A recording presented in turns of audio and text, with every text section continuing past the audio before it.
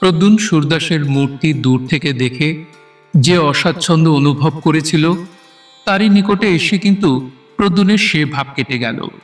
সে লক্ষ্য করলে সুরদাসের মুখশ্রী একটু কুদর্শন হলেও প্রতিভাব্যঞ্জক। সুরদাস বললেন, আমি ভাবছিলাম তুমি আজ আসবে। হ্যাঁ, তোমার পিতা তো একজন প্রসিদ্ধ গায়ক ছিলেন। তুমি নিজে কিছু শিখেছো? একটু আধটু বাঁশি বাজাতে পারি।